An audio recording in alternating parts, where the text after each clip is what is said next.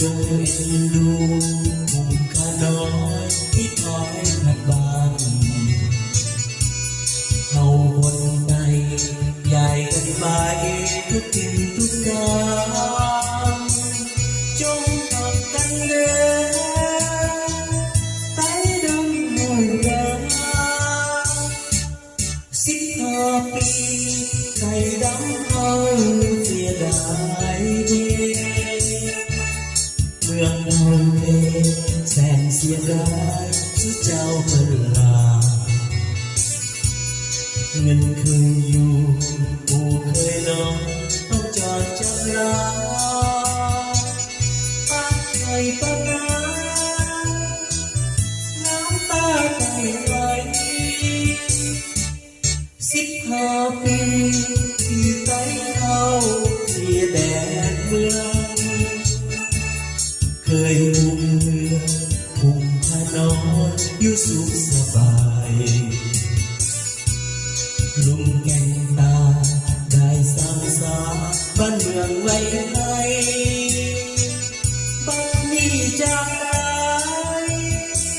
ไปเสียดายเด้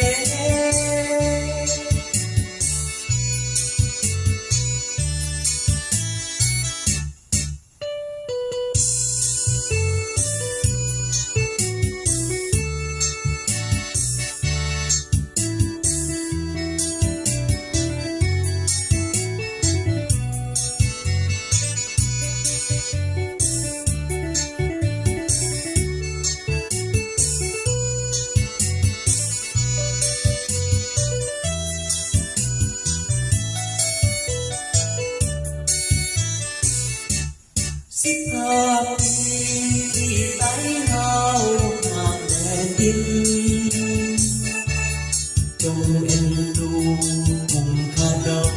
ที่คอยกลับบ้านเฮาคนใด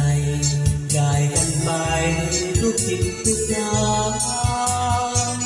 จงรักกันเด้อไปดำเฮานะ15 ปีใครดำเฮาเสียดายเด้เมืองเฮาเด้แสนเสียดายสุดเจ้าเพิ่นลาเงินเคยอยู่ผู้เคยนอนต้องจอดจำลาปากไข่ปากน้ำตาไหลไหล15 ปีที่ไต้